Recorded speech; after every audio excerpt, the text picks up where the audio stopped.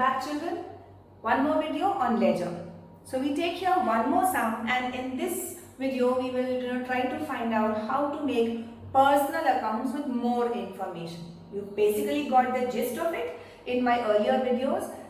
Do watch my earlier videos too if you haven't watched, which is the link to which is given to you in the description box below. Alright, so let us start quickly with the given sum.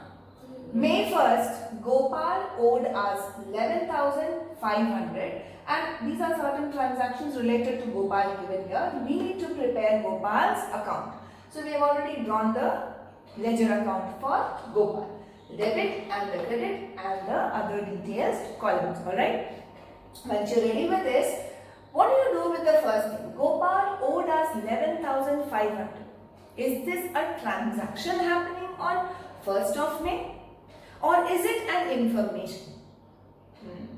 Of course, he owes us this much. Yes, this is an information that because of the previous transactions, he needs to pay me 11,500. Owed us meaning he will pay to us.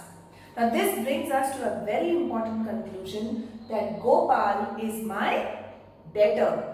Because debtors' personal accounts show that yes, they need to pay us certain amount, and therefore debtors' accounts will always be having a debit balance. Alright? A person who needs to pay me is an asset to me, and all assets will have debit balances. If you use that logic also, debtors will always have a debit balance. Debit balance meaning opening debit balance. So where do I show this 11,500 in Gopal's account? On the debit side. Because I have ascertained that he is my debtor. Fine.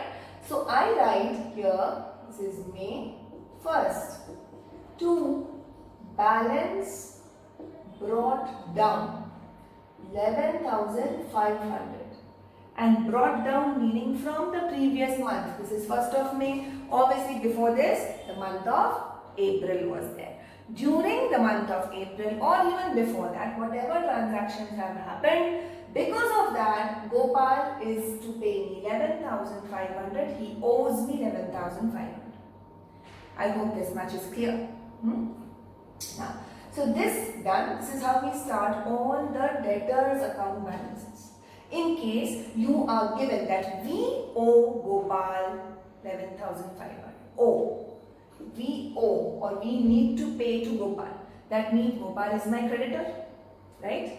If at all the sum says like that, then creditors of course are liabilities. Liabilities will have a credit balance because we always credit liabilities when we incur a liabilities, an increase in liability. So in that case, if Gopal is my creditor, I would have started with a credit balance which I would have written on the credit side as by balance brought down. Alright? That would show that we have to pay Gopal a certain amount. Fine? So that's how we start creditors or debtors account or any personal account. Now, what happened on July 5th? Sold to him, sold to Gopal, goods worth 6,500. Okay. What is the journal entry for goods sold to Gopal? Yes, it's a credit transaction. So Gopal to sales 6,500. This is the journal entry that you must have passed. We have not been asked to pass journal entry, but the journal entry and the effect of that journal entry will be shown in the ledger account of Gopal. If the journal has Gopal anything to do with Gopal, either debit or credit, it will come here, either debit or credit. Correct? So Gopal is purchasing, so he is becoming more of an asset to me. He needs to pay me more. Already he needs to pay me this much. Now he will pay this 6,500 also. So I will write here on the 5th of May to sales account. And where did I get the sales account? From my journal. So here Gopal is being debited. So I have put it on the debit side. And which is the corresponding credit account? Sales account. So I write here to sales. Because of further sales of 6,500, now Gopal needs to pay me 6,500 more. Fine? That is how the effect of each transaction is to be reflected in ledger. Then we have sold goods for cash 5,000. Again, sold goods for cash. Again a sales, again on the debit side? No. What is the journal for cash sales? Yes, it's cash to sales. Correct. Now, Gopal has got nothing to do here, isn't it? He's not appearing, his account is not appearing in the journal. Why will Gopal's account be affected here then? So sometimes you will be given in the sum certain things which are not relevant to this given account. Still it is given just to confuse you or just to test you, or maybe in a hurry you overlook and you just put this amount as to sales this much because you know Gopal ka hi account padta hai, chalo ye bhi dal dete hain. So that is one thing where you have to guard yourself against. Okay, so cash account to sales account. Cash sales will never have any personal account. Yes, remember. So this entry will not have any place in Gopal's account. 11th, goods. Oh, I just happened to miss the 9th one. Sorry. Gopal paid us 7,000 in full settlement of 7,200. So Gopal has paid me 7,000 in full settlement of 200. So how much have I received? 7,000.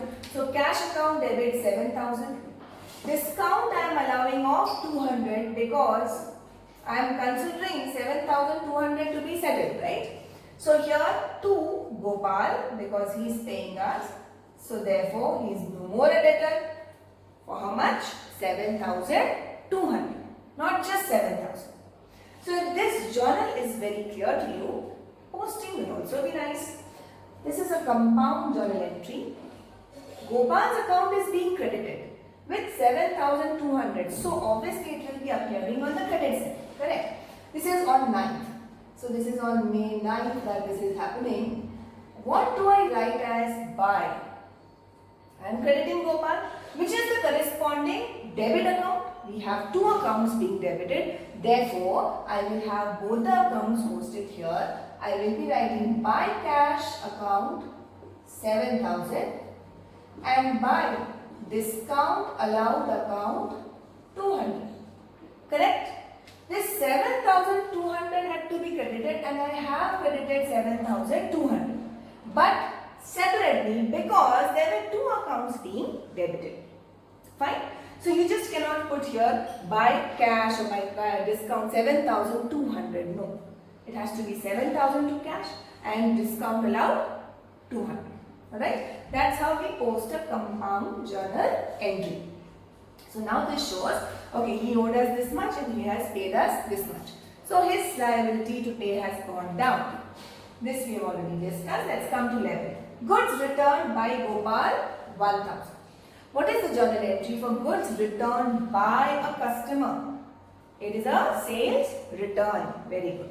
Journal entry for sales return. Now I will not write it. Now everything has to be happening in your mind. Okay? Until and unless of course you are so comfortable with journal. You can write it. But still I would prefer that you do it the mental work. Just like mental maths.